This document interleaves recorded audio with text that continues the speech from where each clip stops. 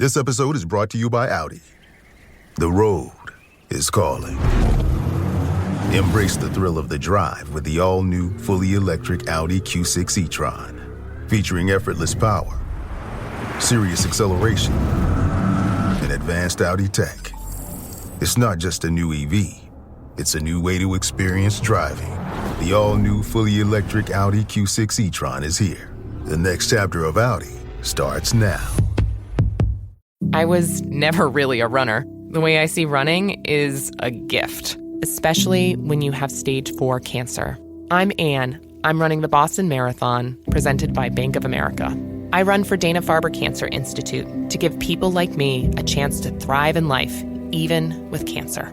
Join Bank of America in helping Anne's cause. Give if you can at BofA.com/supportAnne. What would you like the power to do? References to charitable organizations is not an endorsement by Bank of America Corporation. Copyright 2025. At Capella University, you can learn at your own pace with our FlexPath learning format.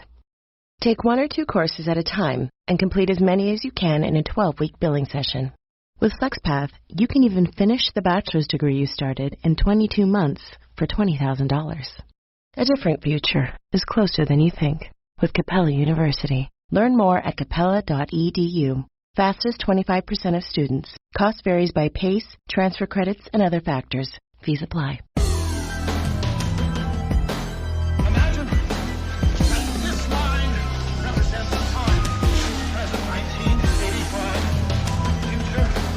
Past. Prior to this point in time, somewhere in the past, the timeline skewed into this tangent, creating an alternate 1985. Alternate to you, me, and Einstein. Reality for everyone else.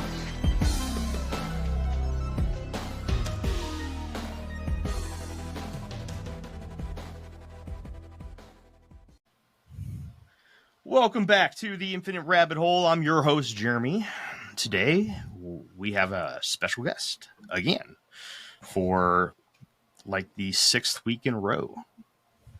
This is the norm. This is the new thing, everybody. You guys are going to see a new face every single time. We have now replaced Jeff with much more hair. There's a lot more hair in Jeff's place now. And it's red. It is red. Yes. Yeah. But before we introduce the new red-haired Jeff replacement, Jake, how you doing, buddy? Yeah. Doing okay. We had Whitney's birthday this weekend, so she's a big old 35. She's old, Happy man. Happy birthday, Whitney. Yeah, she's super old. That's not old. She's going to come down here and beat me. Good. I hope she does it on camera. Yeah, I'm only 33. Like, she's pretty old. Finishing up my big old syrup evaporator, so hopefully I won't miss the entire sugaring season. I started that project way too late. Whitney bought a bunch of bees, so I had to set up a bee box today. So when they show up here in about a month, I will be able to put them in there because we don't really have any bees here, so none of our fruit trees got pollinated like at all. We got one plum out of 9 trees, and I was like, oh, good.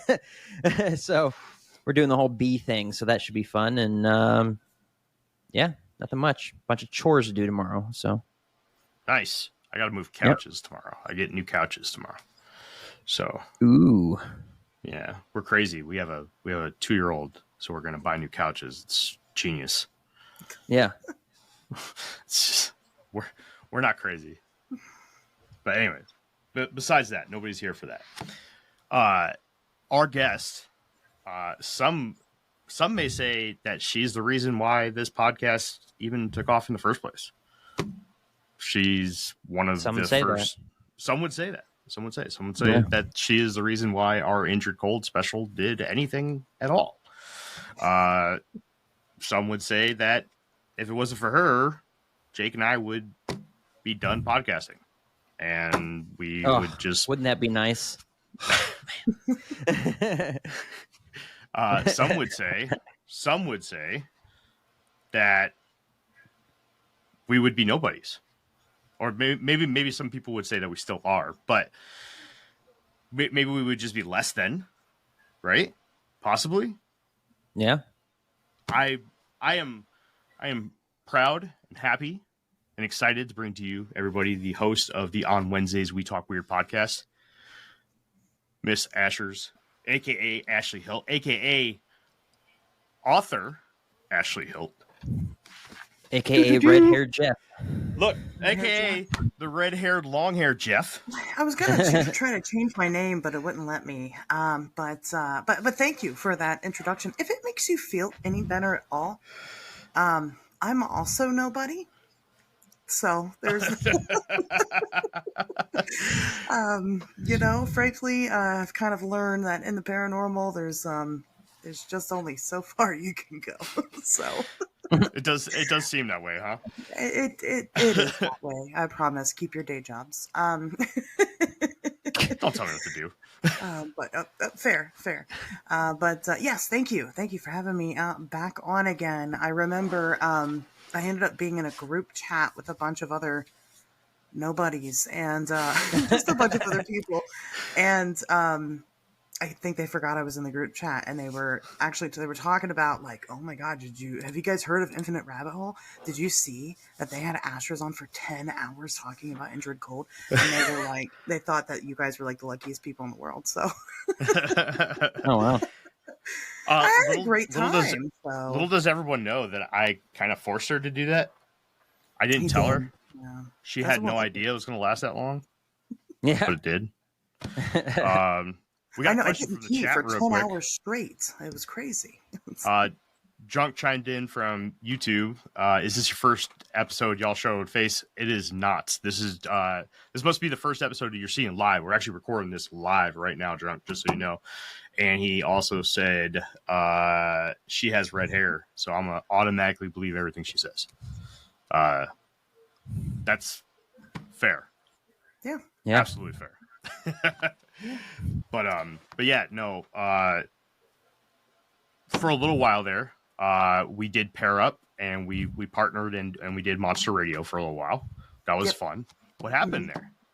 I got very busy, and the way I was kind of managing it was a lot of people, right? Mm-hmm. There was a myriad of co-hosts, and it's just, I think that some people didn't play ball, and I'm very nice, and instead of just firing them and moving on to the next thing, I started writing a book and doing other stuff. So she did. I did. It doesn't mean that it won't come back. It doesn't mean that I didn't like having you on specifically. You were definitely there to play ball. But I think that if I want to do that, if I want to rekindle that in the future, I need to rethink how I want to do it, being such a nice person and all. Yeah. Well, it was a fun experience. And if you ever do want help doing it again, I'm there for you for sure. It was a blast. Yeah. If anybody's interested in hearing Asherz and myself team up for a project, that's on the on Wednesdays We Talk Weird RSS feed, right? It is. Yep, it is. We did the Phantom Black Dogs. Yep. Mm-hmm. Yep. I think there was one other one too, didn't we? I feel like we did another one, and I am having a very hard time remembering what it was. Yeah, I am too. Lizard Man? No, it wasn't Lizard Man. It might have been. I don't remember. Huh. I guess you're just gonna have to go check it out. You're just gonna go have to listen to all, like, I have like 300 episodes in total. You're gonna have to listen to every single one, find out which ones they are. See how simple that was? Just gonna have to go do it. Yeah. Anyways, so Jake, you got any questions before we dive into this for here? No, but she's absolutely right. I Googled paranormal researcher one time, and it literally said, by definition, a bunch of nerds, dorks, and simps and nobodies that go into dark places and scare each other and record it. So, yeah, I mean, it makes sense.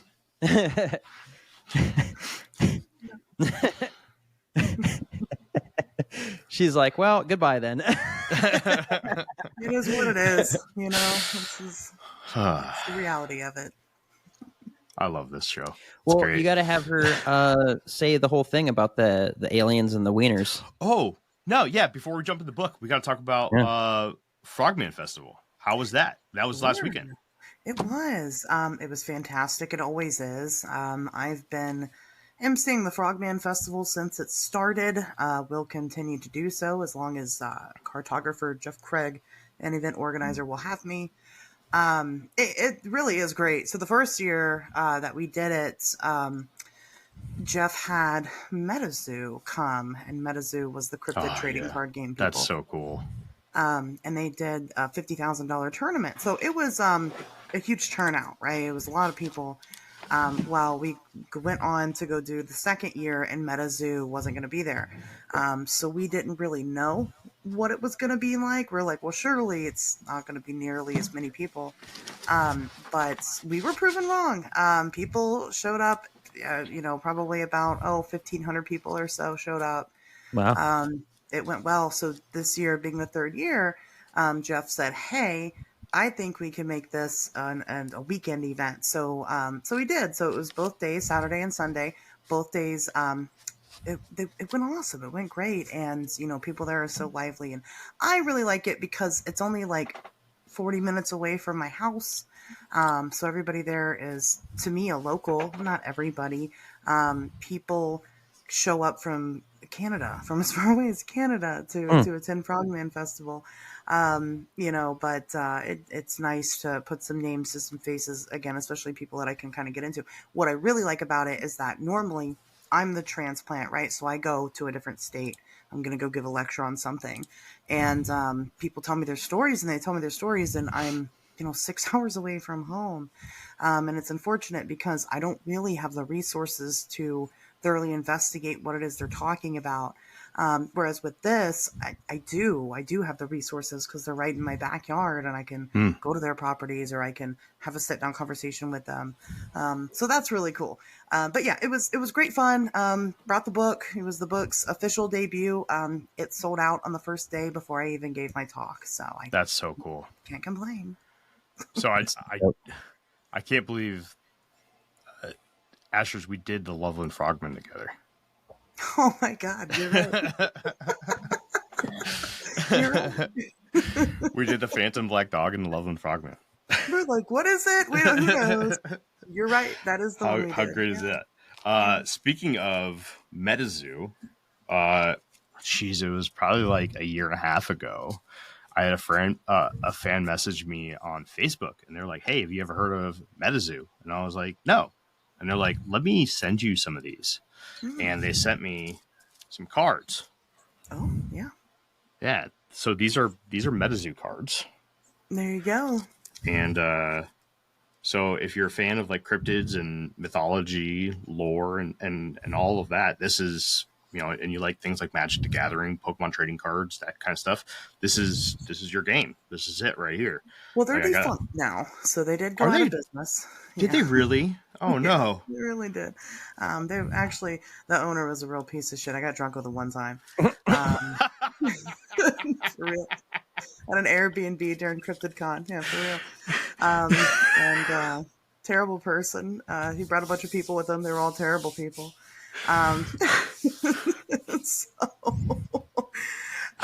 But anyway, I don't know exactly what happened. I think what happened was like money laundering and knocked them out of business. So, but that's okay. It was super popular. People loved it. So more people have been creating the product again because there is a demand for it. So I think Camp Cryptid is the newest cryptid trading card game. So check that out. Very similar to MetaZoo. I don't know if the rules and stuff are similar, but I don't know how that works, right? It's a card game. It's cards. You play with cards. How different can it be, I don't know. I have no idea. No idea. But I'll have to, maybe I should take better care of these, and maybe they'll be worth something one day. I got like a little chibi Mothman. I don't know if you can see him. Yeah, look at him. One of the Mothmans is worth like a lot of money. I saw that. He's like worth a couple $100. It was like 11,000 at one point. So what? No. Yes. Let's look this up. MetaZoo. Yeah. Mothmans. I had a first edition from their Kickstarter when they started, like an open pack that I got from a friend, and I ended up selling it for like $300. Ooh. Jeez. Oh yeah. Probably could have gotten more at some point, but Oh yeah. Well, I got one right here, $777. Jeez, that's cool. My Chibi Mothman's worthless. hey. He's worth nothing. Well, maybe Well, I mean, what's it worth to you? That's what matters, right? it's worth whatever this penny sleeve is worth. No, it's worth more than that because I got it from a listener. I thank that listener. Thank you, listener. Yeah, cool. We got a question from Skeeter the Common King. He asked, "Is Asherz coming to UFO days?" I have not talked to her about that, but she is more than welcome to come and present. I'll leave that ball in her court. I don't know what UFO Days is. You don't know what UFO days is? That is the festival here about, what is it, about 15 minutes away from us, Jake? Yeah. It's in this little town called Elmwood, Wisconsin. And it's all based around this series of UFO events that happened back in the 60s and 70s in Elmwood. And this it really revolves around this one particular event. There's 3 really big events, and then multiple, I mean, hundreds of smaller events, but 3 bigger ones and then one really big one where an officer had come in contact, or he went to go investigate what he believed to be a fire up on top of a quarry, went up on top of the hill, discovered that this UFO was hovering over the quarry or just beyond the quarry, and a blue light had shined off of the craft, and he was found knocked unconscious and died 10 months later from radiation poisoning and all kinds of crazy health issues. Ultimately, from a heart attack from a gentleman who never had any cardiovascular issues whatsoever in his life. I'm actually in the middle of writing a book on it right now. I'm doing the planning for all of the presenters and everything. So if you're interested, you're in. Go ahead. You run UFO Days? No. That is the president of UFO Days is an amazing woman. Her name's Amy. She's phenomenal. But this year she put me in charge of setting up the presenters. We presented last year. I presented the story of Elmwood to Elmwood. And it went so well that she asked me to do the whole lineup this year. So, yeah. Very cool. Okay. Yeah. When is it? Last full weekend in July. But Maybe. Let me figure that out. My co-host is in Wisconsin, Oh, really? Where? He's in some small town. Oh, I know who your co-host is. Never mind. Dude, he's on TV. Yeah, I know who your co-host is. Huh. Tobias Whalen. Yeah. TV's Tobias Whalen. I'd be surprised if he doesn't know about UFO Days. He probably does. He probably does. Yeah. If you guys want to present, you're more than welcome to. For sure. We'll come crash the party. Absolutely. More than welcome. Present whatever you want. For sure. Present Indrid Cold. That's what I've been doing. That's my circuit right now. Anyway, do you want to talk about hot dogs? You want me to bring that up? Yeah, we might as well talk about the hot dogs. We can talk about this. Okay, yeah. Unless people want to listen to us plan UFO Days, I guess, No. Come on. We'll talk hot dogs. Everyone, trust me, they all want to hear about the hot dogs. They want to hear about the hot dogs. So, one of the things that I kind of grabbed onto when I give my presentations about stuff, I hate. I do not like to use a PowerPoint. So normally that's what you'll see at these events, right? You'll see somebody with a big old PowerPoint presentation. That's what they follow. And, you're watching it and you're listening to them. I don't do that. I just sit down and I tell them right at the beginning, we're just having a conversation, right? It's just me talking to you about something really cool and really weird. So, and I also like to be funny. I think I'm funny, right? So I try to be funny. People laugh. I don't know if it's out of because they feel bad or what, but They're do. laughing. They're not laughing at you. They're laughing next to you. Next to me, right? Yeah. So yeah. At least Anyway, you don't have so Jake up there with you because he'll make sure they're laughing at you that's you're probably right. Yeah, or booing you. he'll Yeah. probably just flap through the room. Um, so I'll kind of grab onto something. It just depends on what it is. I'm really good on my feet. The first time I talked about Indrid Cold, I had a bit accusing different people in the audience of being Indrid Cold. They like that. This time around, hot dogs became a thing. And actually, there's a little bit more to the story that I didn't share. So I'll share the whole thing. So we had kind of talked about how, Indrid would come with his family, to the Derenberger home, and they would have like big family picnics and whatnot. And, Tanya mentioned a lot. Tanya repeated the same stories a lot. So anything, you guys had her on your show. I had her on my show, talked to her a bunch.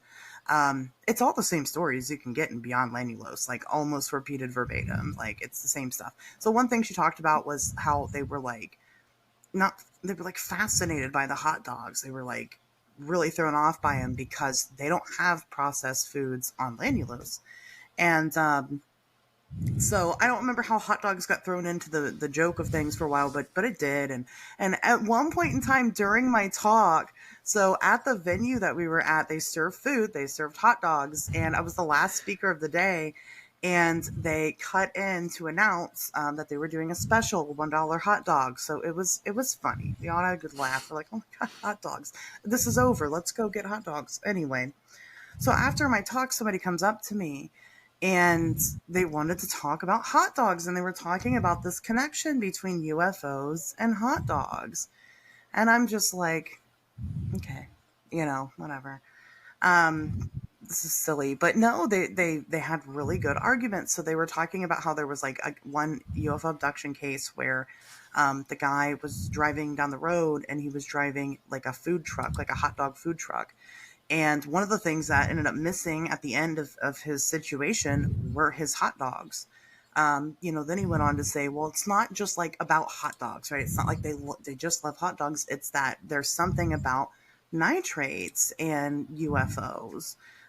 So then they mentioned the Betty and Barney Hill case, and they were saying that the, in Betty and Barney Hill's trunk of their car, they had fertilizer, and the fertilizer ended up being missing. And that one I definitely fact check. I'm familiar with Betty and Barney Hill.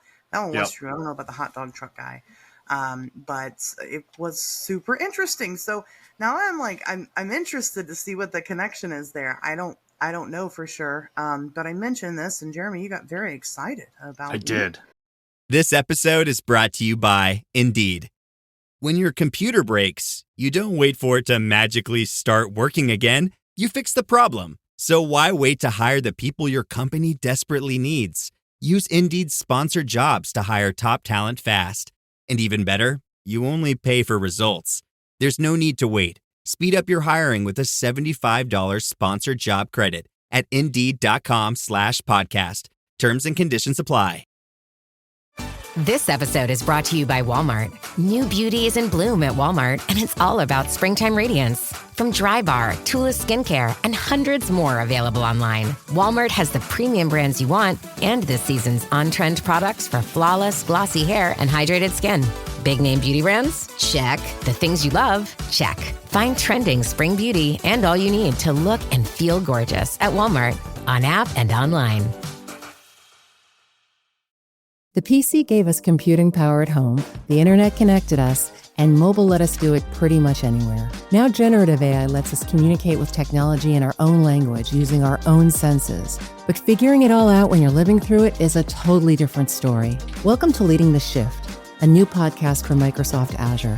I'm your host, Susan Ettlinger. In each episode, leaders will share what they're learning to help you navigate all this change with confidence. Please join us. Listen and subscribe wherever you get your podcasts. Yeah. So, I did. Okay, I did.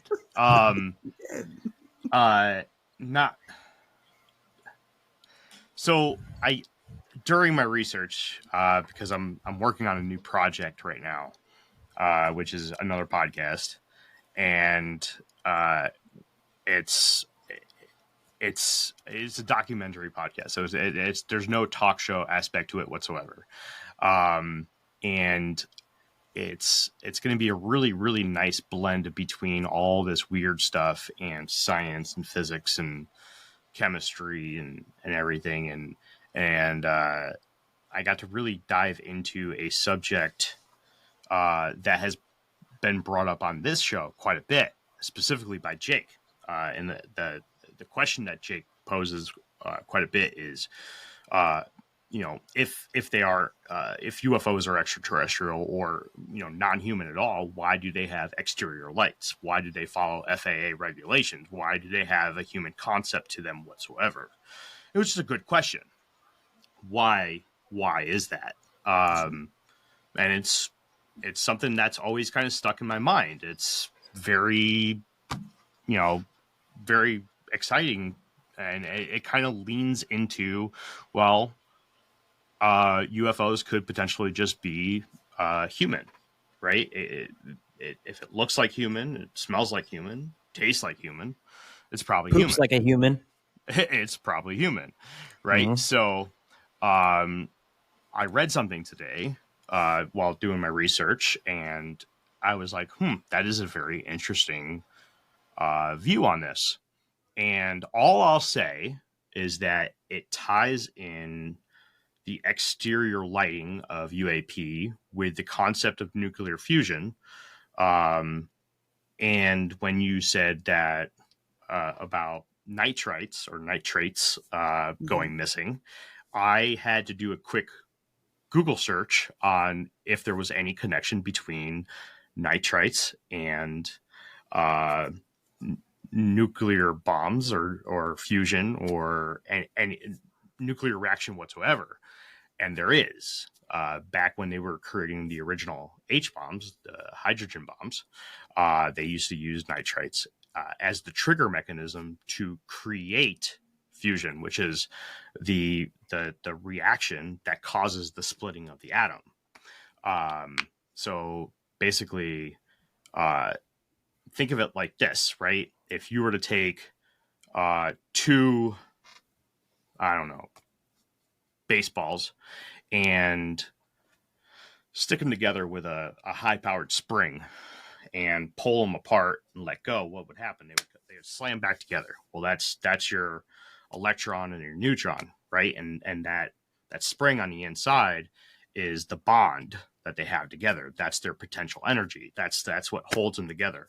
Now think of that on the molecular level. We can pull them apart, but they always come back together. That is their potential energy. So by adding nitrate to that, they were able to create fusion, which split the atom, which separated the two, and all that energy that was used to keep them compressed together was now expelled outwards, which when you have enough of these reactions happening at once, resulted in an atomic explosion. Sure. H-bombs, atomic bombs.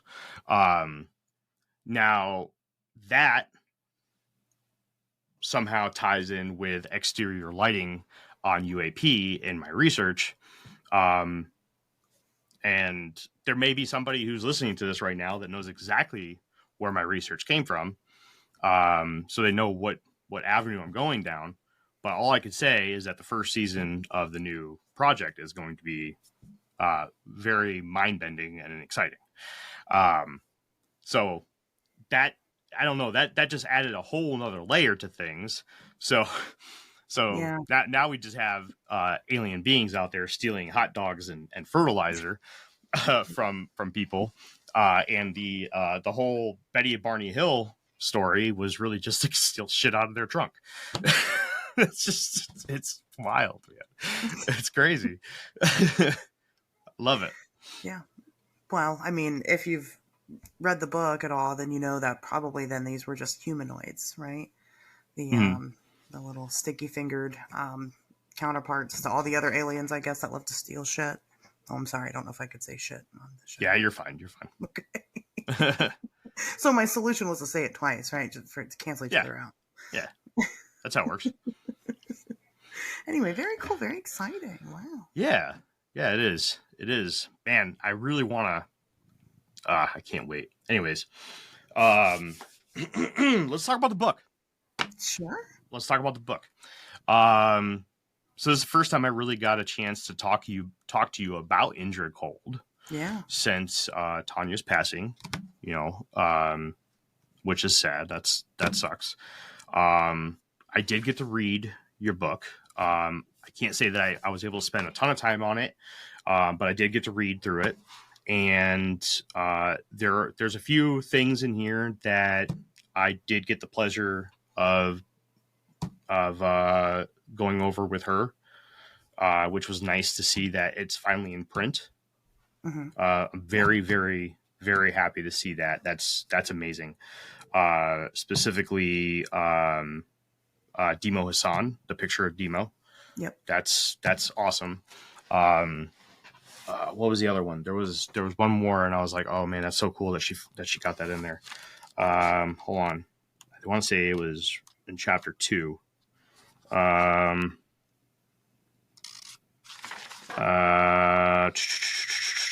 drawing a blank here. I just had it. Just thought about it. I should have wrote it down. Anyways, let's talk about when was the decision made that you wanted to write this book? I mean, definitely solidified after Tanya died. But I didn't really know what to write about. You know what I mean? I guess I could talk about interviewing Tanya, right? I mean, but me and Tanya talked a lot. We became good friends, not just having this, relationship where she's, a contactee and I'm an investigator. We were friends. I was friends with the woman. And, we'd always kind of talked about what's going to happen next when she dies, because when I met her, she was in really poor health already. And, it was inevitable, right? Everybody dies. And, I knew that she had a strained relationship with her kids. And, she said her kids didn't really want anything to do with Indrid. That was kind of it seemed to kind of be her excuse, I guess, as to why they weren't publicly speaking out about it, is that they just were afraid or whatever, didn't want anything to do with him. Fine. So what happens when you die, Tanya? Does Indrid just stop visiting? Does he have a reason to visit anymore? Do you pass the reins on to someone else? And, on a personal level, I guess I had kind of always hoped that I would be that person. That's why I befriended her in the first place, right? Was to meet Indrid Cold. If he's real, surely I can meet him. And, but we would kind of talk about it, and I'd tell her, look, when you die, your story dies with you. Unless Indrid does start visiting somebody else, it dies with you. And there's nothing else to talk about. So then that would kind of convert to, oh no, I'll talk to Indrid. We'll get you guys together. You'll sit down, you can talk. And then whatever Indrid wants to talk, wants the world to know, that's what you can put out there. And I'm like, yeah, great, wonderful. But it never happened. So she ends up dying. I really, and you can tell reading the book, I don't think it's quite the book a lot of people expected. It's not me writing and going, oh yeah, this all definitely happens. I certainly approach it with skepticism. I always have. And I don't shy away from that in the book itself, especially with Tanya's stories and Tanya's details, because I ended up reading, of course, I had read both books. But in order to write that one, man, I read them back to back, and there's so much that's inconsistent. And it just solidified kind of what my theory was on Tanya's deal and what was going on there. But towards the end of her death, she ended up having a pretty lengthy hospital stay, and she hadn't died yet, but she was definitely on her way out. And I think some people might remember she had like a YouTube channel, or was on a YouTube channel for a while. I think it was Godspeed Ministries or something like that. And she was like making videos from a hospital bed. At that point in time, she was dying. And I talked to one of her kids, and it was what one of her kids said, which had kind of made me change my mind. So at that point in time, I just thought, Tanya's lying. She's making it up for whatever reason. Maybe she genuinely believes in this stuff, but she's making up her part in the story. Didn't know if Woody had made it up or not. Didn't matter for Tanya. Didn't think Indrid was visiting her. And when I talked to one of her kids about it, and her kid didn't deny, Indrid, it was very telling to me, especially considering the context of the conversation that we had. So, that happened, and that kind of changed my perspective a little bit, but I never really got to touch base with Tanya again. In that regard to Indrid, we talked a lot about death. We talked a lot about, I had actually, just prior to that, had a near-death experience myself, so I knew exactly what she was feeling, and but we didn't talk about Indrid anymore, and then she dies, and then I'm like, oh God, now what? Well, Tanya had been working on a second Indrid Cold book. She had sent me the parts of it that she had written. She didn't want to publish it under her previous publisher. She wanted to do it on her own. I was helping her with that process. But there really wasn't anything new in that book that could really be added to the story. And it's not in this book either. I didn't include it. At the end of the day, I sent it to her kids and I said, hey, this is yours. Do with it what you want. And let it be that. But then I had my own strange set of circumstances happened after she had died. And this is what I wanted to talk about. Sorry, go ahead. Yes. And we're going to, and it was that set of circumstances that really, led me into throwing myself into a full blown investigation with the topic. And of course, what just led me to writing the book. The book itself is part of the investigation. So I'm hoping this is part one. So, but let me tell you what her kids said to me, okay? Because this is so important, I think, for people to hear. Because it's a crazy story, and we talked about it for 10 hours. It sounds made up. Yeah, it does. And but there's all kinds of like little things, like Woody and his wife getting divorced, and the wife going, "It's not because Indrid isn't real. He is real. It's because I can't stand the drama." I can't stand him disappearing for weeks at a time to go to another planet. You have the psychologist report who said, yeah, he's cleared and he's good. Also, Indrid talked to me telepathically. There were different things about this story that added up to that point, but it's so bizarre. It's like, there's no way. So, of course, I've always not believed it. And initially, we actually struggled with tying Tanya to Woodrow because if you look at Woody's obituary, Tanya's not listed on there as his daughter.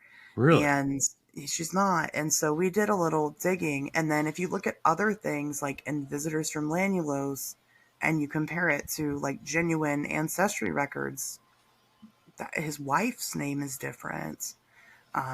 His son's name is different. Tanya's name is not different. But that didn't necessarily mean that she was related to him. She could have been a crazy person that just took on this personality and we all just believed it because he's not around to say otherwise. But it turns out actually it was legitimate. I'm not sure why. Good. Oh, wow, man. Was. I was going to say, holy man, Asherz.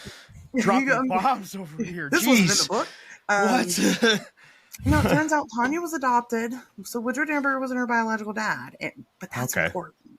And, I'll get into why I think it is. So, I don't know why his wife's name was changed. I don't know why his son's name was changed. I think his son may have changed his name later in life and to avoid all this. That's fine. The wife, I don't know. Maybe it's because she was an adult at the time. I don't know. Anyway. But she was adopted by him. It was her dad. So she's very sick. One of her kids reaches out to me and they go, hey, my mom's fine. She's in hospice right now, but she's going to get out, right? She's okay. She's going to use this to ask for money. She has always done this her entire life. When she gets out of the hospital, she's going to tell everybody that she can't pay her rent, that she can't buy food, that she needs basic hygiene products, and she's going to probably start a GoFundMe. She's going to make people feel badly for her.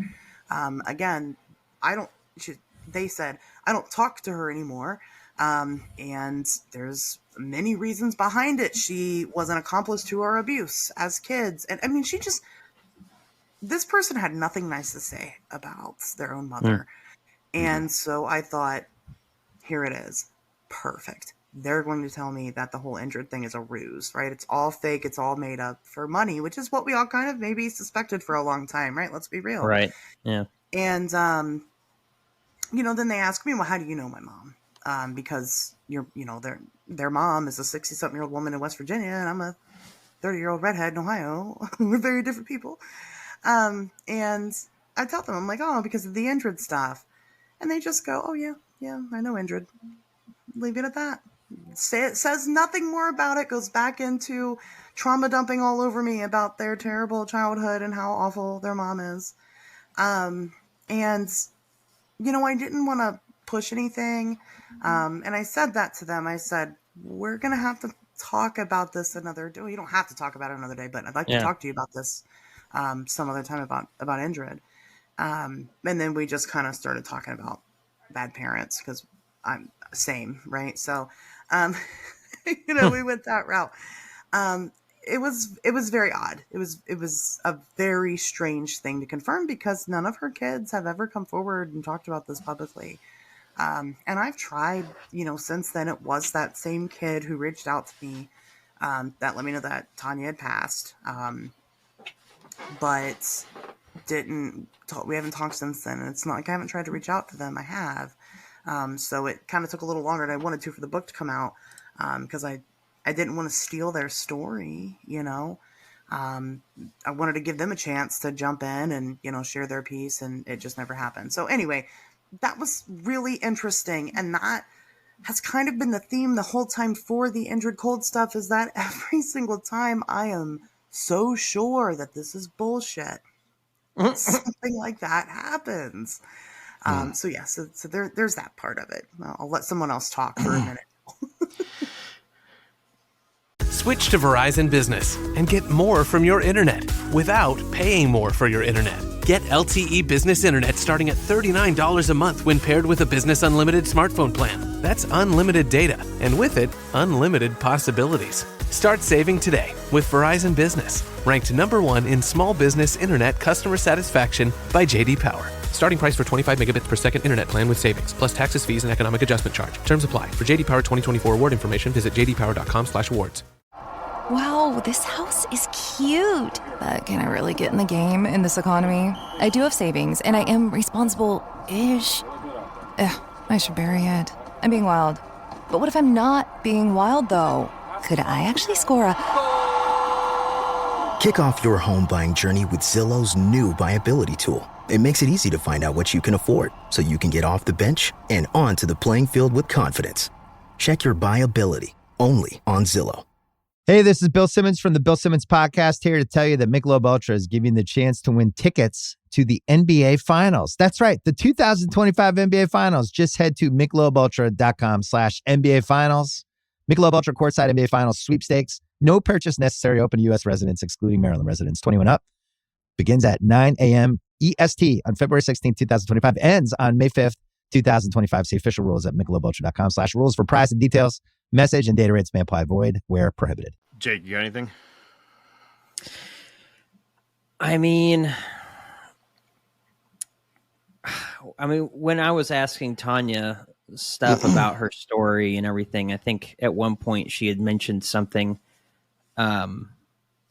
about you had to be sanitized or whatever to go and visit Lanulos because of the bacteria. And I was like, well, wouldn't that have been the same thing if Indrid was not walking around in some sort of a suit? He would be infected by our bacteria and stuff because it's different. She's like, oh no, they had immunities or something like that. And I was like, okay. And then I just kind of let it go. And I'm just like, this lady's full of crap. I'm just like, okay, well, now that's not to say, I can't, if my dad has gone to Hawaii and I haven't, if someone was questioning me about his Hawaii experience, there'd be a lot of stuff I wouldn't know. Right. Because I wasn't there. So, I guess there's that, but yeah, I've always felt that this story was just a really cool story and nothing more, nothing less, right? But it's interesting that, I would imagine that if the kids have such a seething review of their own mother that the second you say something about Indrid Cold, they'd be like, "Oh yeah, that bunch of shit," they'd, not be like, "Oh yeah, okay," So it's just that's an interesting reaction. Hopefully, at some point, hopefully in the near future, we could get more of and that's, I guess, would be based off of you and your interactions with them because you're the one that's doing this, but they're coming out and saying like, yes, it's real, or no, it's not, or whatever it is, versus just kind of passively being like, oh yeah, that, okay, well. It's just like, because that would be interesting. That would definitely solidify for me that there's something there more so than where I'm sitting right now, where I'm just like, yeah, I mean, cool lady, really interesting tale, but that's it. No, and I feel that entirely. I mean, yes, I'm a Fortean investigator. Yes, I've had very weird stuff happen to me. It doesn't mean that I believe everything that comes across my desk. I certainly don't. If anybody here listens to my show, they know that most of the time we're going to tell you why it's bullshit. Mm-hmm. And again, this is just one of those things that, as soon as I'm sure of it, something happens. And I'm like, what is the deal here? Right. I do hope that the kids do come forward and, share their piece. Or Indrid himself comes forward and says, okay, look, this is what you wanted. I'm here now. Again, Indrid, we're all nobodies. You're not at risk here, I promise, to reveal yourself to any of us. Shoot, he could show up right now behind me and I wouldn't even believe he existed. So, I mean, I'd be like, nope, sorry, aliens aren't real. Bye. Fucking Jake. But yeah, it is. It was a really interesting wrench to throw into the whole thing. I still don't know what to make of it. I've got a few things, sure, that I found interesting. Let's take a step back really quick because I want to talk about some of the issues that her kids were talking about, because I've also seen a couple of them too. The asking for money thing, I saw that a lot. I ended up buying exactly what happened. Yeah, I ended up buying 5 additional books from her one time. Wow. And I never got them. Oh, I believe that. But yeah, she reached out. I'm not going to read what she said, but I still have the chat. I know if you find Tanya Derenberger on Facebook, she's actually wearing an Infinite Rabbit Hole shirt. Jake and I actually sent that to her. And I'll read just one line of a message that she sent to me, and it kind of hurt because not only did we help spread her GoFundMe that she had, we donated $100 to it. I bought 5 additional books from her that I was going to give away to listeners, as a giveaway that I never got. But then she sends me a message saying that she's asking if I can donate more Infinite Rabbit Hole shirts, and that she loves the one that she bought. She wears a 3X, and that she would like to have multiple colors, but she doesn't have the money to buy them. So she was wondering if I could donate them. And that she assures me that she did purchase the first one off of our website. Well, we didn't have a website at the time. And I personally went on to a website that we have not made public we did have a website. We just hadn't made it public yet. We were going through whatever the first website was, Jake. Not Redbubble. We went through whatever. But we hadn't made it public yet. And it was literally one of the first purchases ever made from our very first t-shirt website was her t-shirt from the Infinite Rabbit Hole debit card and sent to her. And, she tried to convince me that she bought a t-shirt. Yeah. And I was kind of bummed out about that, but and it was like every day she was sending me new things about, hey, I came home after surgery and my house was robbed, and I was like, man, like I'd love to help you, but this is becoming a lot. I don't make money off of this podcast, so it was unfortunate that I did get to see a really good side of her at times, really, really good, informative side of her at times. And that's what I like to remember about her. Like anybody who's ever seen the episode that we did with her, that was the Tanya that I really appreciated being able to talk to. And there was a really good portion of time where Asherz put me in contact with her, where she was an open book and she was able to answer everything and anything that I had. And she was super, super open about all of it. Very, very easy to talk to. Yeah, she, initially when I first started talking to her, I really had to work to gain her trust. She wanted me to help her publish the second book for free, and she had like some formatting issues or something with the cover. And she wanted me to like edit it and stuff like that. And, that's all free labor, and I was more than happy to do it. But, at one point I was not in the state. I was somewhere investigating something somewhere else. And, I'm in the middle of nowhere with no cell phone service. And I get back into town finally, and I have a myriad of messages where she's like going off, like she's mad. And she's like, well, if you're not going to help me, I'll find somebody else to help me. And blah, blah. I mean, she got super nasty with me. And I still did her cover anyway, because I wanted to gain her trust to meet Indrid Cold. But then she stopped, and that kind of was a little surprising to me. She did not ask me for money or anything like that. As a matter of fact, she was a Patreon member one time at one point, for my podcast. But if you look her up on, just go on Facebook and type in Tanya Derenberger, you'll find posts where she's not just doing GoFundMes and stuff on her page. She's on like Parkersburg local groups asking for food, asking for money, asking for people to pay her bills. She definitely has that kind of mentality. And I hate to say it, but man, I live in Dayton, Ohio. I know exactly the type. And she was that type. Yeah. Yeah, that was rough. I definitely saw two sides of her. And I was really bummed out to hear of her passing.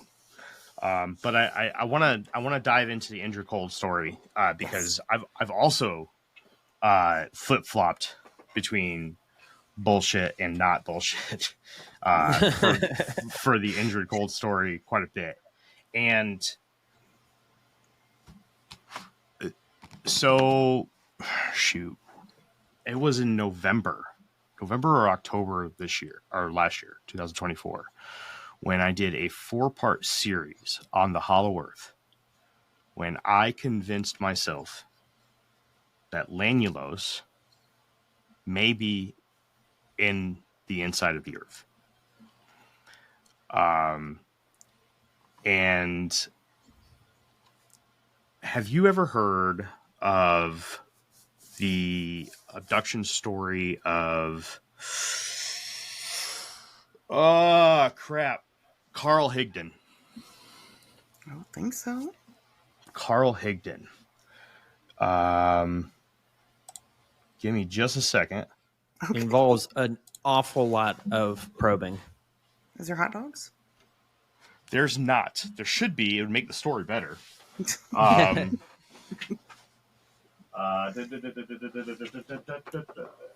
Googling it too while we're talking. Hello, toe cozies. This is the book that you need right here. Okay. I don't know if you're a book reader, but the alien abduction of the Wyoming hunter. This is the alien. Okay. And there are a absolute ton of parallels between the abduction of Carl Higdon and the story of Indrid Cold. Now, there are some differences, right? Carl Higdon was abducted in a clear cube. But just like how Woody Derenberger was taken off planet, but was able to look at a screen, and was able to, watch planets through the screen and watch the Earth pass and then approach Lanulos through a screen. Carl Higdon was able to basically watch outside of this clear cube. But they both went to these planets that were extremely advanced. The Lanulos had the way that they transported each other, or their form of locomotion, were these rail systems with carts that zoomed you back and forth. Same thing on the planet where Carl Higdon was taken. Then when I was doing my research on Hollow Earth, I came across, and I had to bring this up while you were talking because I was like, that this is definitely something that we're gonna have to talk about here. There was screw it. I'm just gonna read this real quick. The civilizations of these enormous beings were in the form of towns similar to those on the surface, and the men were in awe at the technology that was being used in the shape of a conveyor of sorts that transported the beings from point A to point B. Side note, if you listen to our coverage on the Indrid Cold story, you would remember that Indrid was also a part of a race of larger beings from a planet with an intense sun and a conveyor-like transportation system. Side note 2, much of these descriptions are retold in our coverage of the Carl Higdon abduction as well. The man claimed to have spent almost an entire year with a family of these gigantic beings and was incredibly impressed at the size of their fruit compared to the ones common on the surface. Now remember, the diet of the Lanulosians, fresh fruit. One particular example he told was that the grapes in the interior lands were as big as the oranges from the surfaces. Another report was made by a man by the name of Olaf Jansen of Norway in a book titled The Smoky God by American writer Willis George Emerson. In his book, Olaf describes how the sun in the interior of the earth is smaller and duller than the one on the surface. The way he specifically described it was as if it was hidden by a layer of smoke all the time. Jansen, as a young adult, and his father took to this journey due to telling of a land of warmth beyond the ice and cold of the Arctic. The pair spent 2 years traveling through the inner Earth and exited in the South Pole of the planet. By the end of the journey, Jansen's father had passed away, and Jansen eventually settled in America, where he would pass on his story on his deathbed, as well as the maps that he had drawn up throughout his life of the lands he witnessed during the multi-year journey. The story also goes on to tell of large human-like beings with incredible scientific advances who fly saucers who live 400 to 800 years on average. Side note, this is the lifetime of a Lanulosian from the Indrid Cold story. This is all about civilizations from the inner Earth. This is a message from sponsor Intuit TurboTax. Taxes was getting frustrated by your forms. Now, Taxes is uploading your forms with a snap, and a TurboTax expert will do your taxes for you. One who's backed by the latest tech, which cross-checks millions of data points for absolute accuracy, all of which makes it easy for you to get the most money back, guaranteed. Get an expert now at TurboTax.com. Only available with TurboTax Live Full Service. See guaranteed details at TurboTax.com/guarantees. This episode is brought to you by Progressive Insurance. Do you ever find yourself playing the budgeting game? Well, with the Name Your Price tool from Progressive, you can find options that fit your budget and potentially lower your bills. Try it at Progressive.com. Progressive Casualty Insurance Company and Affiliates. Price and coverage match limited by state law. Not available in all states. Chronic migraine, 15 or more headache days a month, each lasting 4 hours or more, can make me feel like a spectator in my own life. Botox, onabotulinum toxin A, prevents headaches in adults with chronic migraine. It's not for those with 14 or fewer headache days a month. It's the #1 prescribed branded chronic migraine preventive treatment. Prescription Botox is injected by your doctor. Effects of Botox may spread hours to weeks after injection, causing serious symptoms. Alert your doctor right away, as difficulty swallowing, speaking, breathing, eye problems, or muscle weakness can be signs of a life-threatening condition. Patients with these conditions before injection are at highest risk. Side effects may include allergic reactions, neck and injection site pain, fatigue, and headache. Allergic reactions can include rash, welts, asthma symptoms, and dizziness. Don't receive Botox if there's a skin infection. Tell your doctor your medical history, muscle or nerve conditions, including ALS, Lou Gehrig's disease, myasthenia gravis, or Lambert-Eaton syndrome, and medications, including botulinum toxins, as these may increase the risk of serious side effects. Why wait? Ask your doctor, visit BotoxChronicMigraine.com, or call 1-800-44-BOTOX to learn more. So, where does that source come from? That source is... Bear with me. I don't know which one, but it's one of these. One of those. I don't know. Speed read through them and tell us which one it is. I want to say... Okay, it's not... It's definitely not that one. It's not that. Not that. It's one of these two. It's either David Standish's Hollow Earth or Dr. Raymond Bernard's The Hollow Earth. They are absolutely phenomenal books. This one has an intro by David Hatcher Childers. It's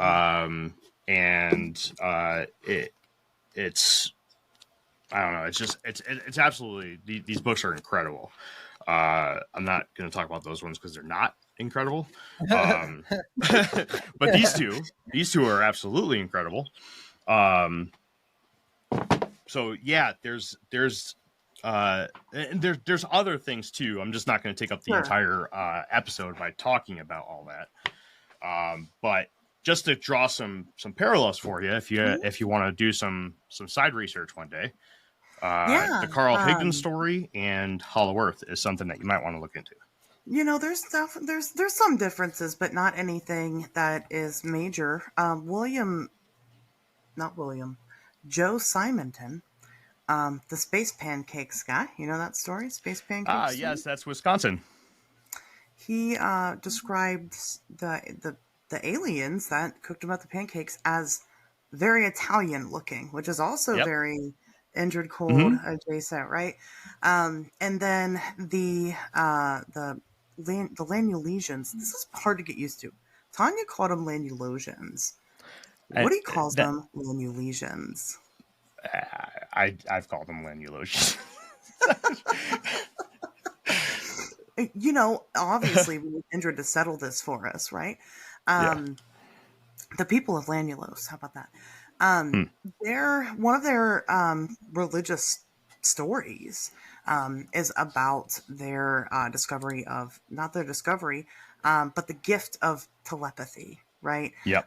So one of their big selling points is that they can speak telepathically with people and, you know, everybody. And that's why they don't really have violence on their planet, is because it's not necessary. There's no miscommunications. There's no ill intent, because they can speak to each other telepathically.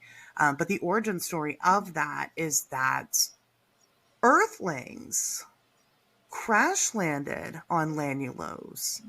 And while they were trying to rebuild their ship with the resources at hand, they were bickering and fighting all the time. And they all went, you know what? Fuck it. I'm going to go this way. You go that way. I'm going to take this woman with me. You take that woman with you, you know, and they all kind of split up. And after some time of them going their separate ways and trying to kind of sit and rebuild life or build life there on the planet, you know, they missed each other a lot. And God recognized that and gave them the power of telepathy, thinking that they had learned their lesson and having this disagreement, making them able to communicate with each other. But again, the most interesting aspect of that is that Earthlings crash landed on Lanulos, and they actually started from us, but we're not as cool as they are. Yeah. So. I covered that in the series where you were in. That was one of the harder ones to patch together. I know Woody did a good job at talking about it, and Tanya didn't discuss it. I don't think she talked about it at all in her book. No. I wish she did, but see, the thing that sucks about, other than, you know, the simple fact that she's gone, which is sad. But what really sucks about the loss of Tanya when it comes to the Indrid Cold story is that this feels like this is the end of the line, like you were talking about earlier. Yeah.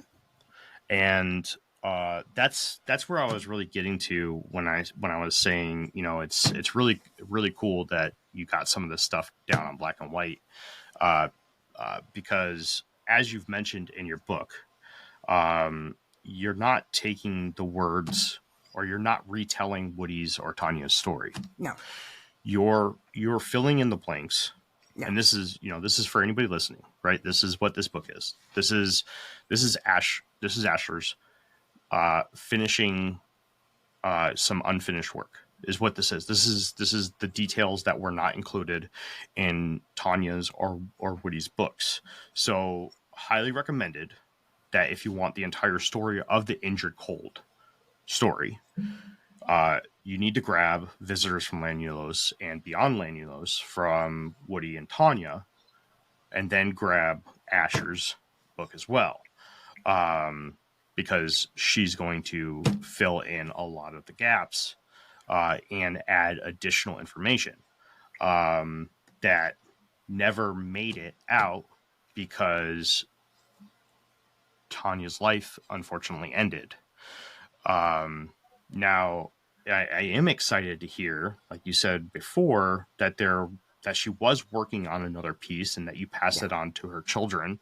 I hope that her children do something with that. That would be really cool. But if I heard you right, you said that there wasn't really anything new in it. No, not really. You know, it's just, you know, she starts to kind of go. And I didn't really include this part in there because remember when Indrid died in Tanya's world? Yeah. Oh man, yes I do.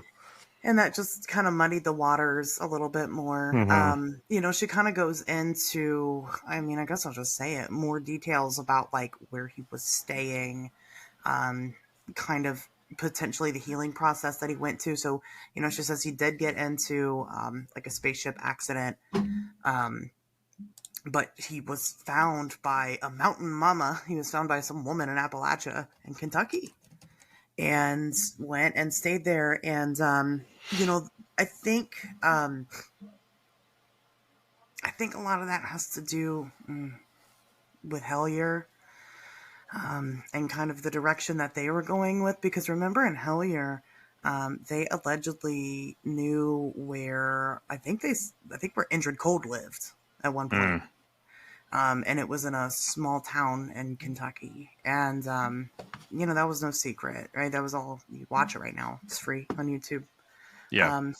You know, go check that out. And, you know, then kind of Alan Greenfield kind of got involved with it all. I mean, he had kind of been involved with it all a little bit. Greenfield, if you haven't had him on the show yet, get him on the show while you can. Greenfield. Alan Greenfield, yeah. Oh, you don't know about Alan Greenfield? That's a conversation. Hold on. Let me look him up. I might know him. Hold on. He's the name sounds familiar. Yeah, he's a character. Oh no, he'll tell you some shit. I'm down. Yeah, he'll tell you. Yeah, get him on. You won't be allowed to say anything, so don't research anything going into it. Just get him on, let him go. Ooh, Men in Black, huh? Oh yeah. Yes. Alan Greenfield. Yes. Love him. I do. I love talking to him. But he's hard to talk to about, like, you know, if I have a question about something specific, it's never just that. It's always 4 hours of everything else and then maybe 15 minutes of that. Really? Yeah. So Alan Greenfield. Well, he's the one who took the picture of Dim Hassan at the UFO convention. So anyway, you know, so I don't know. I mean, I'll rip the Band-Aid off. I don't think Tanya had contact with Indrid Cold after a certain age. I don't. Yeah. Well, I think that Indrid's real. I think that really happened to Woodrow Derenberger. I think that it affected Tanya a lot. Especially knowing, I said this, she was adopted. Well, this is the conclusion I come to, but wait, there's more after that, and we'll get there. But to wrap it up, I mean, when I wrote the book, when I started sitting down to write it, that's the story I was writing. This didn't happen to Tanya. It happened to Woody, and it affected Tanya in a big way. So again, she was adopted. She already lost one father, her biological father. We don't know who or what, what the deal is there. Yeah. And early childhood development's a very interesting thing.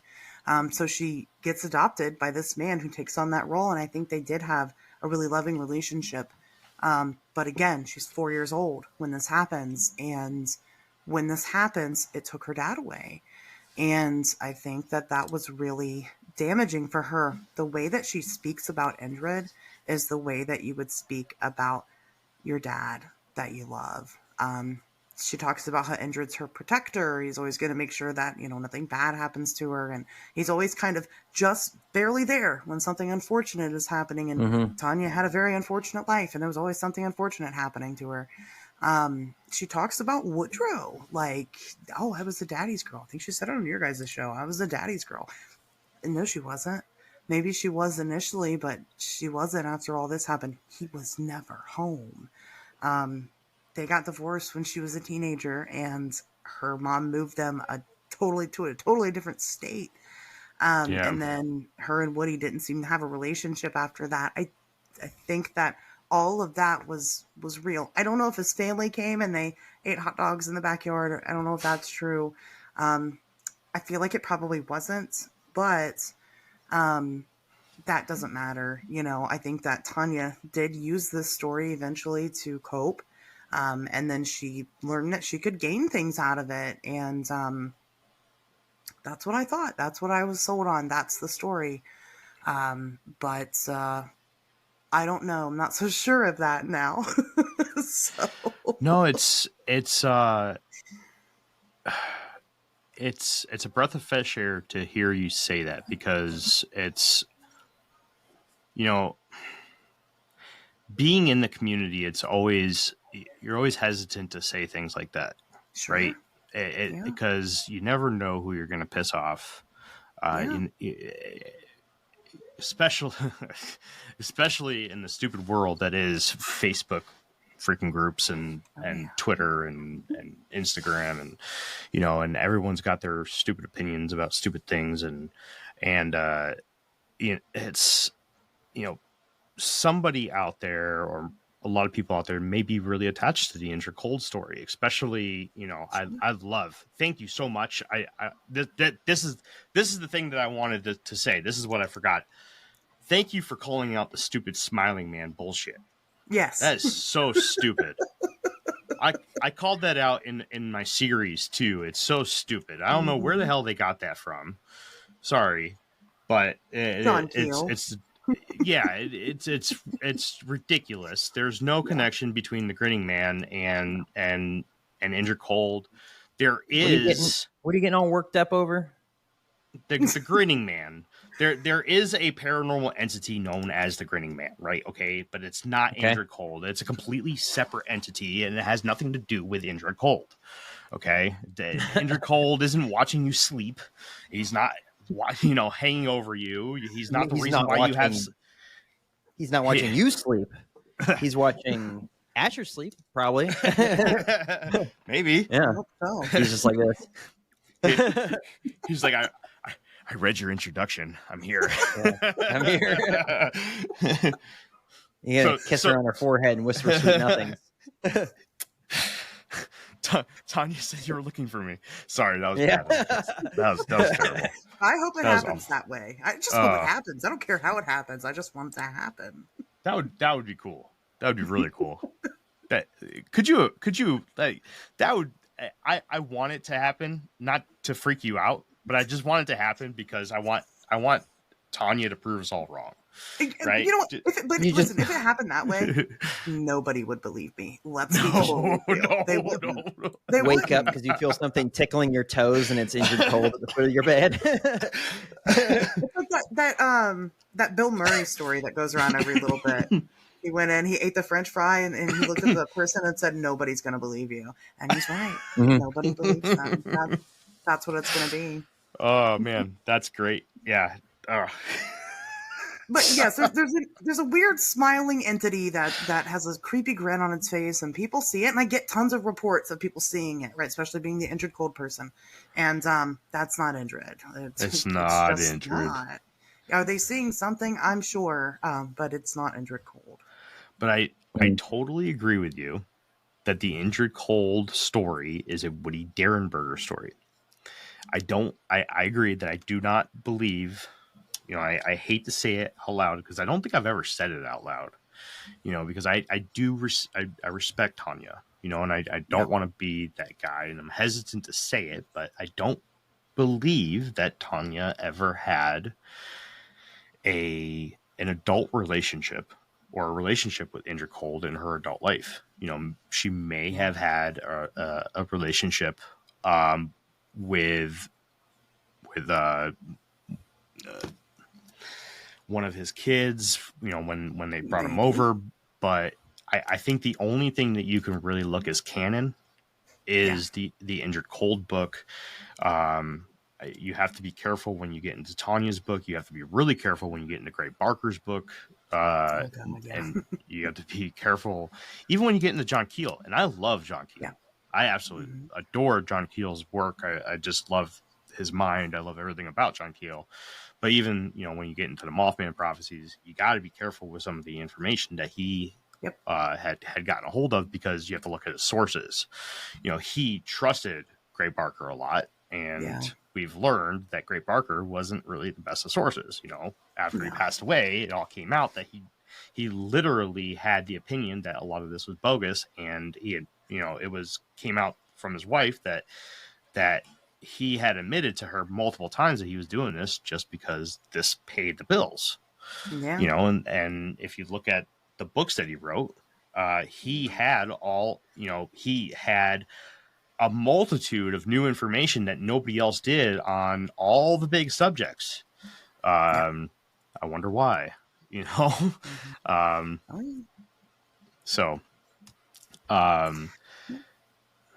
Yeah, I agree. I 100% agree. Yeah. It's time to rewrite the vacation rules. With Royal Caribbean, your family can look forward to just about anything. Break the thrill barrier, roaring down the tallest water slide in North America. Jump into breathtaking jungles and jaw-dropping coves. Vibe off the charts on our private island Perfect Day at Coco Cay. And end the day knowing things are just getting started. Because this isn't just any vacation. This is all the vacations. Come seek the Royal Caribbean. Ships Registry, Bahamas. BTW FYI. Visit Nexplanon.com RN to learn about Nexplanon. It's an adjustable implant, 68 milligrams radio pair. Or ask your HCP IRL. Okay, TTYL. So good, so good, so good. New markdowns up to 70% off are at Nordstrom Rack stores now. Fresh kicks, spring tops, new dresses. There's always a score. I mean, the denim section is unreal. Why do I rack? All the dresses. I always find something amazing. Head to your Nordstrom Rack store to find can't-miss deals on all the spring things. Great brands, great prices. That's why you rack. Well, and again, as much as I would love to say case closed, that's the end of it, we'll never see Indrid Cold again. Why don't I show the bombshell of the book? If you want the proof, it's in there. You can go look at it yourself. Don't share. Give them something to read. No. Yeah. I think it's I important. ordered your book just now. If you throw in spoilers, I am going to cancel my order right now. Skeeter also ordered your book too. Yeah. Well, thank you. Yeah, we'll be forced to cancel our orders. I don't even know how to No. read, but I'm gonna try just for you. Learn how to read just to read my book. Yeah. You should. You should. Yeah. No, go ahead. If you want to, go ahead. It's important. Spotlight's because all yours. I don't want to leave it there. So I gave my first lecture about Indrid Cold in June of last year, 2024. What's this year? I don't even know. I think it was last year. And it's mostly came to the conclusion of, Tanya's just crazy, right? And this never really happened. But while I'm, gearing up for this talk, even though I don't do a formal presentation, I do like a background of like where you can follow me or whatever. And then I'll do some like notes for myself on my phone. That way I have them. And while I'm doing all that, something strange started happening. So Jeremy kind of knows my podcast went through a lot of changes. On Wednesdays, we talk weird. Got a new co-host for the show, Tobias Whalen. Great. Love him. He's doing awesome on the show.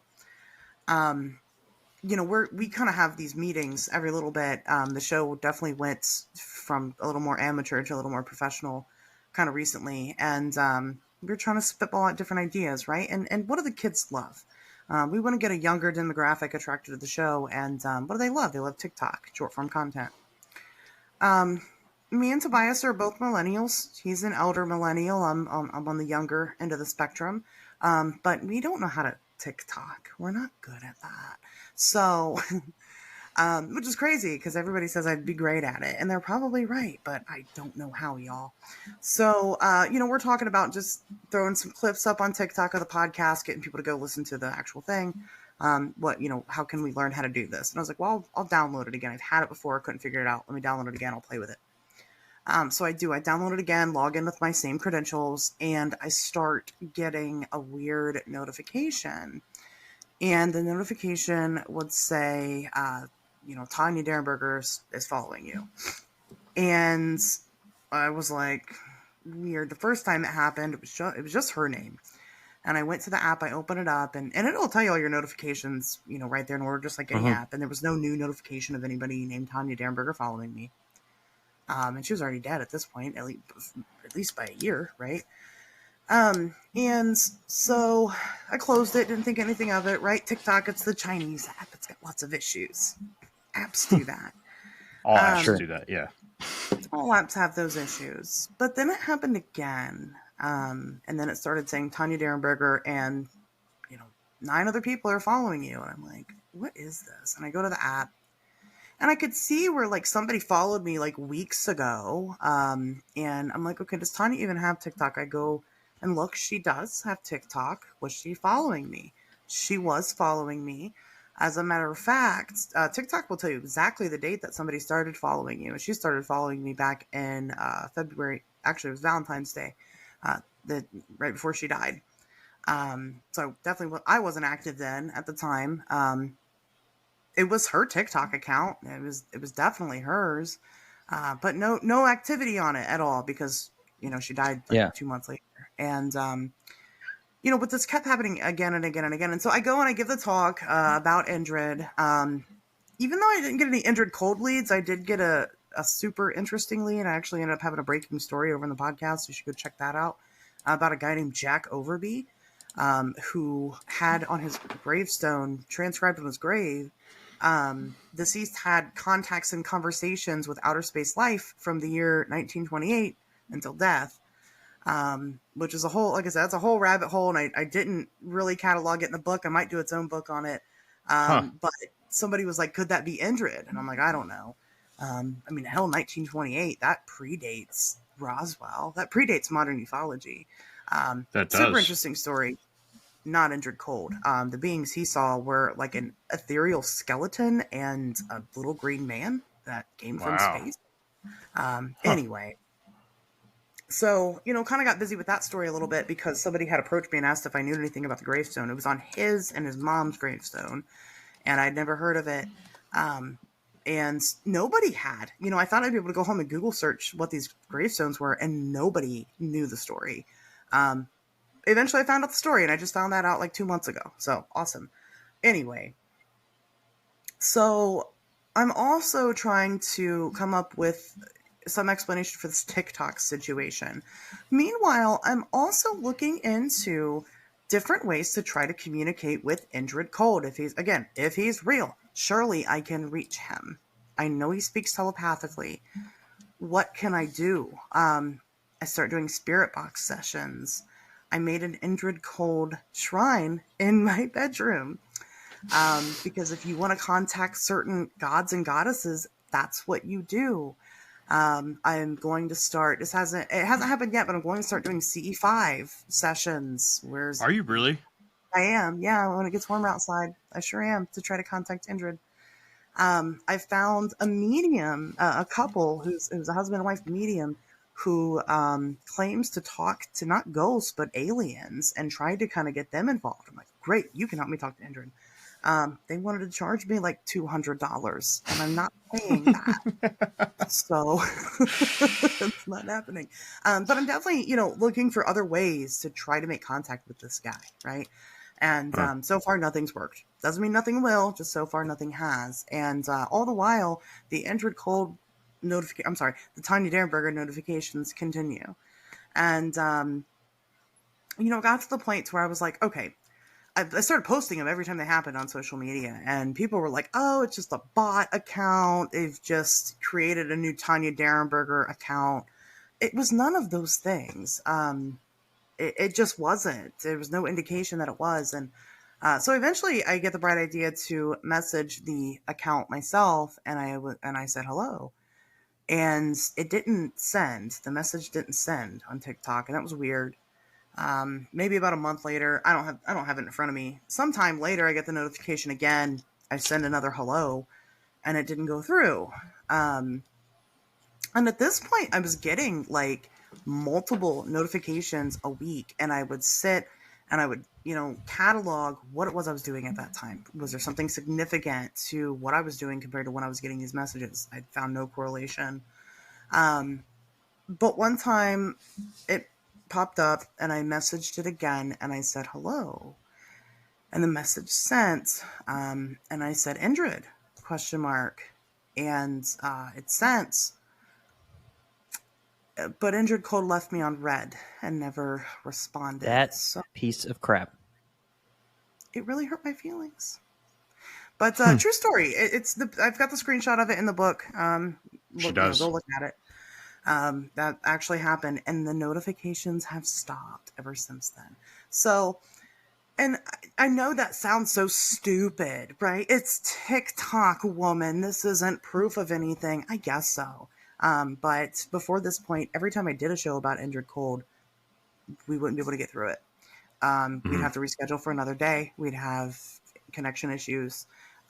Electrical issues are things that tend to happen in high strangeness, especially and things surrounding those Ohio River Valley high strangeness events.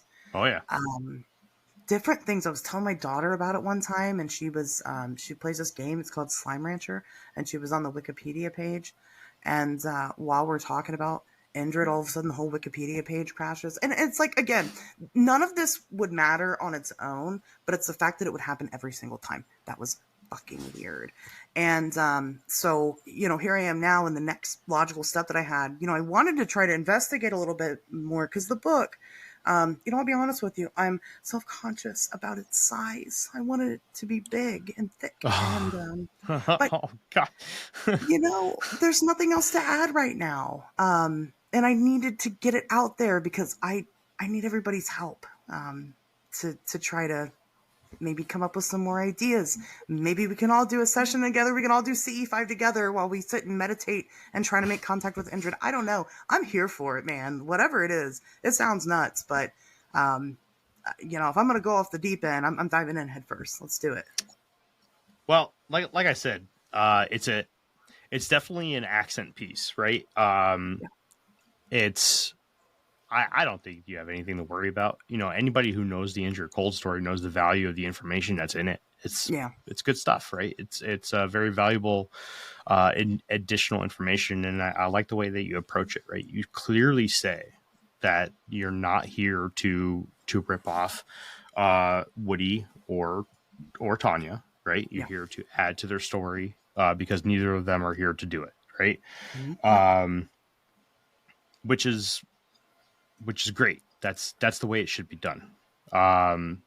Especially in somebody in your position, right? You had that personal connection with Tanya. And, you know, I applaud you for that. You know, at some point, you know, I will be doing a book of all my favorite subjects, and, you know, I'm going to touch on Indrid as well. I probably will, you know, visit it from, you know, I'll probably tell the story, you know, and tell of my experiences with Tanya, but you have a lot of stuff that nobody else will ever have. Yes. Right. You had in-person stuff, and that's what's in this book. That's the stuff that makes this book valuable. So I don't think you have anything to worry about. I had fun reading the book. Well, and, you know, at the end of the day, I mean, that's what it is. Yeah, I could pad it with a bunch of bullshit. I could talk about he who shall not be named, who was not named in the book, and all that lore that's added into it. But I didn't want to do that. I wanted it to be genuine.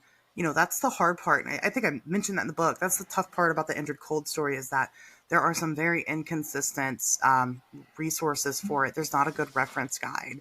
And I wanted to kind of make that as well, you know, on top of adding what I've learned to it. And, you know, who knows? What I've learned could just be complete bullshit. I don't know. You know, Tanya could have lied the whole time. Maybe she didn't lie at all. And maybe I'm the asshole for calling her a liar. And maybe that's why Indrid won't talk to me, right? I don't know. You know? But like, even if it is all bullshit, right? The fact that it came from Tanya, and the fact that you were able to confirm that she did have a parental connection with Woody, even if it wasn't blood, which is fascinating, because that I didn't know that. Yeah. Right. That's incredible that you were able to hammer that out, weed through that, and able to find out that she was adopted. That's brand new information. That's awesome. Right. That's information that you're not going to get anywhere else. Exactly. Yeah. So, no, good job. Very good job. I'll take it. Very good job. So, that's all I got for you. I'm ready to go to bed. Me too. I hate the time change. I wish it would jump off the cliff that I'm jumping off of. Well, no, I don't, because then it goes with me, right? No, so it can stay here. You stay, I'll jump, right? Well, exactly. Yeah, I'm sleepy. But no, I appreciate you having me on. You know, again, I think I said it in the book, and I'll say it here, and I say it every time.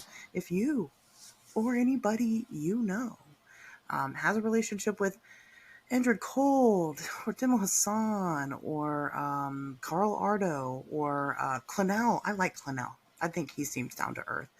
God, there's so many other players besides Indrid, and that's like a thing. That's like it's a whole universe, right? The Indrid-verse. That people should be looking into. The Indrid-verse. Yeah, it is. It's this whole thing. The one guy, well, I think Dim Hassan was from Saturn, but he's not from Saturn. We know he's not from Saturn. Nobody lives on Saturn. We know that. Anyway, the nuances. But if you or anybody you know has been in contact with an alien life form that looks human, is kind of what I'm going for. They have to look pretty human, and also especially if they talk telepathically, and they drive a black car. Let me know. Hit me up. I want their phone number. Or a beetle, right? Usually a beetle. That was Dimo Hassan, and there was a female character in there, wasn't there? There was, and her name is weird and hard to pronounce. Yeah, I can't remember it either. There was a whole key of other people that nobody talks about. They all only talk about Indrid. The inclusion of a female character is kind of weird, just in case anybody doesn't know the whole story of Indrid Cold. It is there's been conflicting reports about females being able to travel within the groups on well, craft, that's what Tanya said. Tanya was the one who made that claim. Woody never said anything about that. Right. which was one of those inconsistencies. I have a part in the book where I kind of compare and contrast her story versus her dad's, and that's one of them that was kind of strange, especially because Tanya says that Kimmy and Cumulus, which is Indrid's wife and daughter, both came to Earth, and it's like, well, I thought they couldn't travel here, but what an easy out, for her to have an excuse to have not gone to Lanulo. So yeah, well, I hope that one day I get to hear you and Tobias break down the Carl Higdon abduction story. That sounds and dive into Carl and Ozo 1. That's the name of the alien, Ozo. Cool. I would love to hear you guys break that down and see what kind of parallels you can draw, because I know text me that book so I don't forget it. Yeah. I'll send you a picture here in a minute. Or I'll you want me to send you an Amazon link? I can do that. Yeah, that's fine. But before we let you go, why don't you go ahead and share your socials, your podcast, anything, and let everybody know where they can find you. That's right. I am cool enough now to say that if you Google my name, I'll pop up. But I'll make it simple for you. You can find me talking weird every Wednesday. On Wednesdays, we talk weird anywhere you listen to podcasts. You can find me on social media. Facebook, I am Ashley Hilt. I'm the one with the red hair. You can find me on Instagram or Twitter, X. I'm calling it Twitter. At It's Asherz with a Z. And like I said, if you just Google me, you'll find what you're looking for, I'm sure. Right on. All right. Well, this one also ran a little late, so I'm not gonna share any artwork with anybody today. Or well, I guess I was just being lazy. Jake, should I share my artwork of the new show? Should I do it? Share it. Yeah, share. Sorry, I was quiet the whole time. I was just listening and researching what you guys were talking about. So I have a million tabs open on my computer. I'm like, hot dogs and UFOs. All right. Who are these researchers? I guess I'll officially announce the new show tonight. Sorry, Asherz, I don't mean to take away from your fun. It's your show, man. Do what you got to do. I'll just announce it real quick, and then we'll take off. All I need is for you to hang out just for a second. After we're done, that way I can Riverside's going to download your audio, and when that is that, you can go to bed. I'm a professional. I know how this goes. All right. So, everybody, I would like to introduce you to Decoding Reality. This is the new podcast that you will be seeing. The target date is July 1st. That is when I am aiming for the release of the first episodes. Wow. So, yeah, Very cool. If you are not watching live right now, you are not seeing the artwork for the cover of Decoding Reality. If you are not watching live, there's a naked man on the artwork. That's a naked Big Feet. Oh, I'm sorry. A naked Look at them thighs too, man. Oh yeah. There's four sets of thighs. 4 sets of juicy thighs. Yeah. Yeah. Ain't no way he's sneaking around the woods with them things clapping, you know what I'm saying? Yeah. But that is it. This is my my documentary series that is coming sometime this summer. Targeted date July 1st. So hang tight, and yeah. And then the book cover is still in the works. So that will be coming at a later date. Hang tight. All right, everybody. That has been another episode of the Infinite Rabbit Hole podcast. Asherz, thank you very much for showing up again. I can't say that I'm happy that I'm not forcing you into another 10-hour stint. We kept it to under 2 hours this time, so it's impressive. It's a first. It is a first. But there's always next time. Yes. And speaking of next time, until next time, travelers, we'll see you probably with Jeff next time. back to having no hair. Yeah, no hair, Right. not redhead Jeff. Back to maybe wearing a tinfoil hat. We don't know. Right here in the next fork in the path of the Infinite Rabbit Hole. Goodbye, everybody. Goodbye. Yeah, say bye, Asherz. Oh, bye, Asherz. How Bye, Asherz. How would they know? Yeah. Okay, I'm sorry. Love you. Bye. Bye.